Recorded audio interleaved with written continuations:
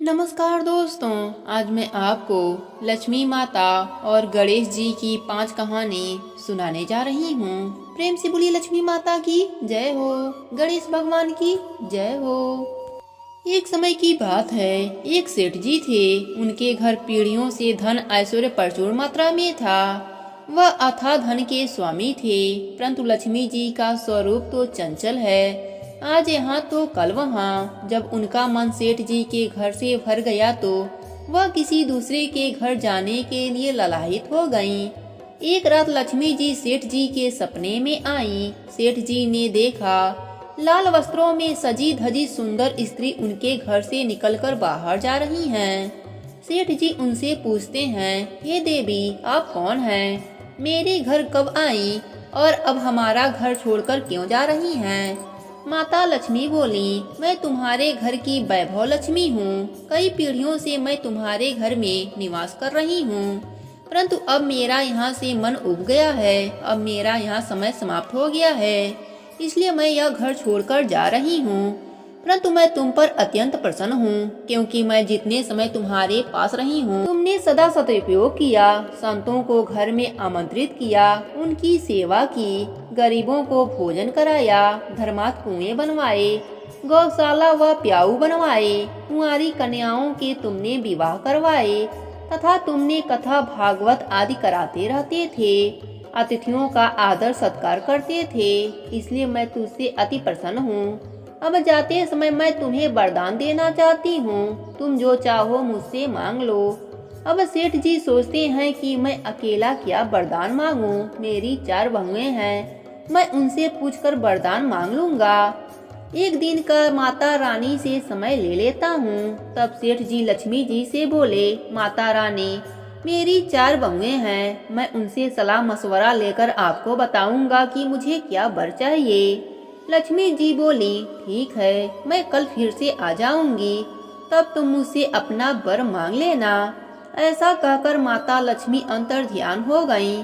अब सेठ जी ने सुबह उठते ही चारों बहुओं को बुलाया और उन्हें अपने सपने के बारे में बताया और उनसे सलाह मांगी। सेठ जी की सबसे बड़ी बहू बोली, आप माता रानी से सारा गोदाम अनाज से भरवा लो ताकि हमें खाने की कमी न हो। सेठ जी ने दूसरी बहू से पूछा तो वह बोली, पिताजी, इतने अनाज रहेंगे तो उनमें कीड़े लग जाएंगे, अनाज खराब हो जाएंगे।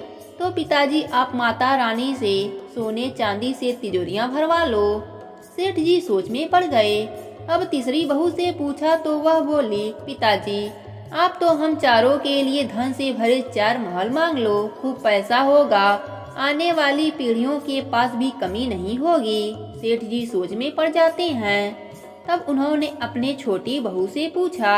वह थोड़े मध्यवर्गीय परिवार से थी, पर वह धार्मिक प्रवृत्ति की थी। वह बोली, पिताजी, लक्ष्मी माता को अगर जाना है तो जाएंगी, फिर धन संपत्ति कुछ भी नहीं टिकेगा, और अगर टिक भी गया तो हमारे आने वाली पीढ़ियां उन्हें देखकर आलसी और अहंकारी हो जाएंगी। इसलिए पिताजी, आप लक्ष्मी माता से कहें कि अगर वह जाना चाहती हैं तो अवश्य जाएं, किंतु हमें यह वरदान दें कि हमारे घर में सज्जनों की सेवा पूजा होती रहे, हरि कथा होती रहे, मेहमान आए तो उनका आदर सत्कार हम करते रहें और परिवार के सभी सदस्यों के बीच प्रेम भाव बना रहे, क्योंकि अगर प्रेम भाव होगा तो कोई तकलीफ भी होगी तो सब मिलकर उसे काट लेंगे।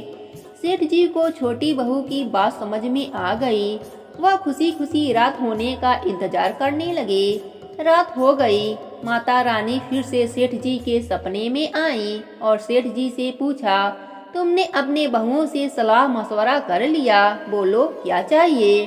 सेठ जी बोले, हे माते, यदि आपको जाना है तो प्रसन्न होकर जाइए, परंतु मुझे यह वरदान दीजिए कि मेरे घर में सदैव हरि कीर्तन होता रहे, संतों की सेवा होती रहे, अतिथियों का आदर सत्कार होता रहे, परिवार के सदस्यों में परस्पर प्रेम बना रहे। यह सुनकर माता चौंक जाती हैं और कहती हैं, यह तुमने क्या मांग लिया? जिस घर में हरि कथा होगी और संतों की सेवा होगी, वहाँ तो साक्षात नारायण निवास करते हैं, और जहाँ नारायण का वास होता है वहाँ तो मेरा निवास होता ही है। यह वरदान मांगकर तुमने मुझे हमेशा के लिए तुम्हारे घर में रहने के लिए विवश कर दिया। ऐसा कहकर लक्ष्मी जी सेठ जी के घर में फिर से विराजमान हो गईं। हे लक्ष्मी माता, जैसे आपने सेठ पर अपनी कृपा करी, वैसे ही अपने सभी भक्तों पर अपनी कृपा बनाए रखना। कहानी अधूरी हो तो पूरी करना, पूरी हो तो मान रखना। प्रेम से बोली लक्ष्मी माता की जय हो। एक समय की बात है, एक गांव में एक बहुत ही गरीब ब्राह्मण का परिवार रहता था और ब्राह्मणी गणेश जी की परम भक्त थी। गणेश भगवान की पूजा पाठ किया करती। एक दिन ब्राह्मणी गणेश भगवान जी से बोली, हे प्रभु, आज घर में कुछ भी नहीं है, मैं आपको भोग कैसे लगाऊं? तब भगवान गणेश बोले, हे मैया, तू चिंता मत कर, तू लक्ष्मी जी का न्योता कर आ। तब ब्राह्मणी बोली, लक्ष्मी जी कहाँ मिलेंगी और मैं लक्ष्मी जी को क्या खिलाऊंगी? तब गणेश जी बोले, मैया, तू न्योता कर आओ, आज दिन शनिवार है, सो लक्ष्मी पीपल पर मिल जाएंगी। तब ब्राह्मणी न्योता करने चली गई। उसे लक्ष्मी जी पीपल के वृक्ष पर मिल गयी।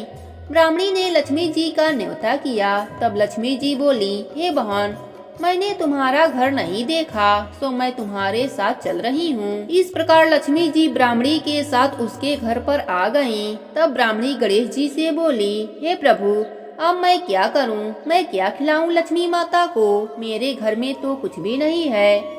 लक्ष्मी जी तो मेरे साथ ही चली आई, मैं पड़ोसी से भी मांग कर कैसे लाऊं? तब गणेश भगवान बोले, मैया, लक्ष्मी जी से भंडारे की चाबी मांग ले। तब बुढ़िया ब्राह्मणी लक्ष्मी जी से भंडारे की चाबी मांगी। लक्ष्मी माता ने उसे चाबी दे दिया। ब्राह्मणी ने भंडार घर खोलकर देखा तो उसमें भंडारे भरे पड़े थे। ब्राह्मणी यह देखकर बहुत खुश हो गई और उसने 56 भोग बनाए। लक्ष्मी जी ने भोग लगाया, गणेश भगवान ने भोग लगाया और सारे परिवार वाले भी भरपेट भोजन किए। लक्ष्मी जी जाने लगी। तब बूढ़ी ब्राह्मणी लक्ष्मी जी को रोकने लगी। तब लक्ष्मी जी बोली, हे बहन, मैं एक जगह पर स्थिर नहीं रहती हूँ, मैं सबका मान रखती हूँ, सबके घर जाती हूँ और सबके घर से आती हूँ। जैसे जिसके कर्म है उनके कर्मों के अनुसार उनके यहाँ निवास करती हूँ। ये लक्ष्मी माता, जैसे आपने ब्राह्मणी के भंडारे भरे, वैसे ही अपने सभी भक्तों पर अपनी कृपा बनाए रखना। कहानी अधूरी हो तो पूरी करना, पूरी हो तो मान रखना। प्रेम से बोले लक्ष्मी माता की जय हो। एक बार एक सीधा साधा अनपढ़ गवार किसान था। वह एक संत के पास गया और कहने लगा, हे गुरुदेव, मुझे ईश्वर का एक ऐसा नाम बता दीजिए जिससे मैं सारा दिन आराम से जपता रहूं और अपना काम भी करता रहूं, जिससे मेरा काम भी हो जाए और मेरा परलोक भी सुधर जाए। संत ने कहा, ठीक है, तुम अंगमोचन नाम का जप किया करना। किसान ने कहा, ठीक है गुरुदेव। अब किसान दिन भर अंगमोचन नाम का जप करता रहा, लेकिन कुछ देर बाद वह भूल गया और धमोचन धमोचन नाम जपने लगा। अब दिन रात वह धमोचन धमोचन रटता रहता। एक दिन भगवान विष्णु भोजन करते हुए मुस्कुरा रहे थे। तब माता लक्ष्मी ने इसका कारण पूछा कि आप इस तरह क्यों मुस्कुरा रही हैं? भगवान विष्णु कहने लगे, लक्ष्मी, मेरा एक भक्त मेरा नाम रट रहा है, जिसका शास्त्रों में कोई वर्णन नहीं है, लेकिन नाम वह गलत ही ले रहा हो, लेकिन उसका मन मेरी ओर ही लगा हुआ है, इसके मन में मेरी छवि है। माता लक्ष्मी कहने लगी, आपको लगता है कि यह आपका सच्चा भक्त है, तो चलिए इसकी परीक्षा लेते हैं। विष्णु भगवान कहने लगे, लक्ष्मी, अगर तुम्हारी ऐसी इच्छा है तो चलो धरती पर चलते हैं।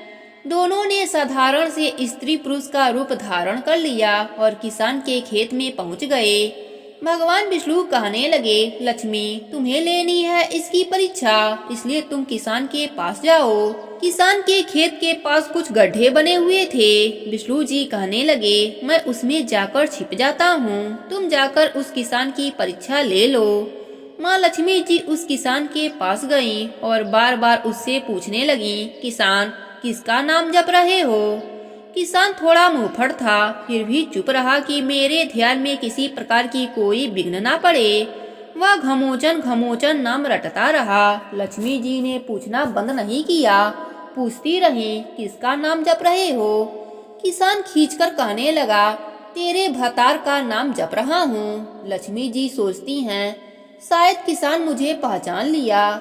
लक्ष्मी जी ने फिर से पूछा, अगर मेरे भतार का नाम जप रहे हो तो वह कहाँ है?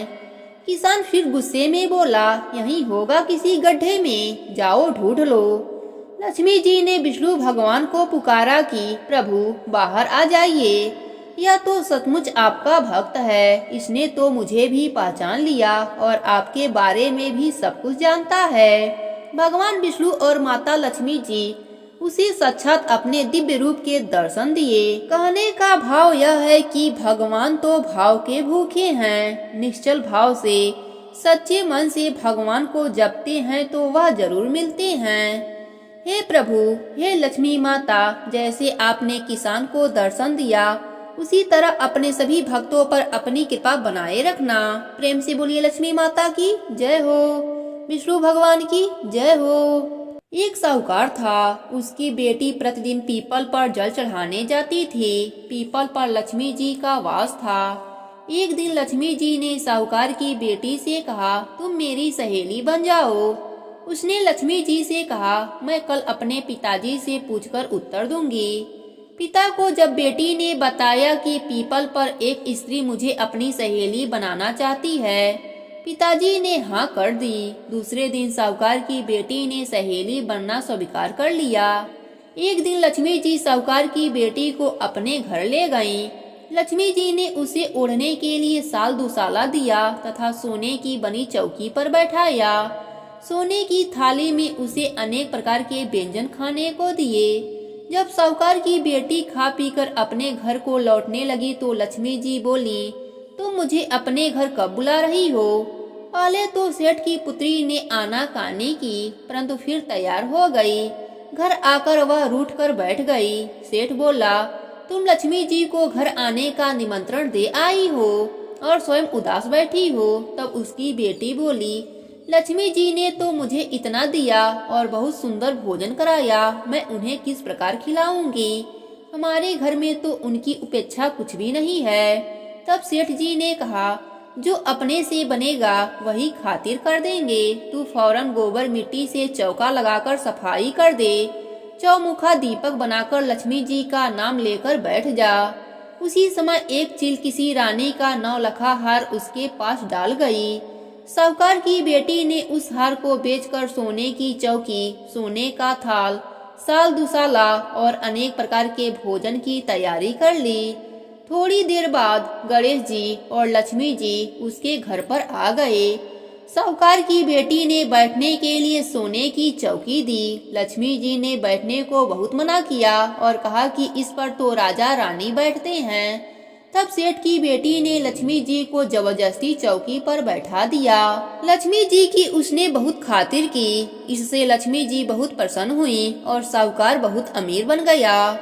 हे लक्ष्मी माता, जैसे आपने साहूकार और साहूकार की बेटी पर कृपा करी, वैसे ही अपने सभी भक्तों पर अपनी कृपा बनाए रखना। प्रेम से बोलिए लक्ष्मी माता की जय हो। एक समय की बात है, एक गांव में एक गरीब ब्राह्मण रहता था। वह नियमित रूप से भगवान श्री विष्णु जी का पूजन किया करता था। एक दिन उसके भक्ति से प्रसन्न होकर भगवान विष्णु उसे दर्शन दिए और उसको अपनी मनोकामना मांगने के लिए कहने लगे। ब्राह्मण ने कहा, मैं चाहता हूँ कि लक्ष्मी जी का निवास मेरे घर में हो जाए। यह सुनकर विष्णु जी ने लक्ष्मी जी को प्राप्त करने के सरल मार्ग ब्राह्मण को बता दिया। भगवान विष्णु जी ने कहा, मंदिर के सामने एक स्त्री आती है जो यहाँ आकर उबले थापती है। तुम उसे अपने घर आने का निमंत्रण देना। वह स्त्री ही देवी लक्ष्मी है। देवी लक्ष्मी के तुम्हारे घर आ जाने के बाद तुम्हारा घर धन धन से भर जाएगा। यह कहकर भगवान विष्णु अंतर ध्यान हो गए। अगले दिन सुबह 4 बजे ही ब्राह्मण मंदिर के सामने जाकर बैठ गया। लक्ष्मी जी उगले थापने के लिए आई तो ब्राह्मण ने उनसे अपने घर आने का निवेदन करने लगा। ब्राह्मण की बात सुनकर लक्ष्मी जी समझ गईं कि यह सब भगवान विष्णु के कहने से हुआ है। लक्ष्मी जी ने ब्राह्मण से कहा, तुम महालक्ष्मी का व्रत करो। यह व्रत करने से तुम्हारा सब मनोरथ पूर्ण हो जाएगा। ब्राह्मण ने देवी के कहे अनुसार व्रत और पूजन पूरी श्रद्धा से किया। व्रत के प्रभाव से लक्ष्मी माता उस ब्राह्मण के घर में वास करने लगी। जो भक्त इसे पूर्ण श्रद्धा के साथ करता है, माना जाता है कि उसे अपार धन की प्राप्ति होती है। हे लक्ष्मी माता, जैसे आपने उस गरीब ब्राह्मण पर अपनी दया दृष्टि की, वैसे ही अपने सभी भक्तों पर अपनी कृपा बनाए रखना। कहानी अधूरी हो तो पूरी करना, पूरी हो तो मान रखना। प्रेम से बोलिए लक्ष्मी माता की जय हो, गणेश भगवान की जय हो।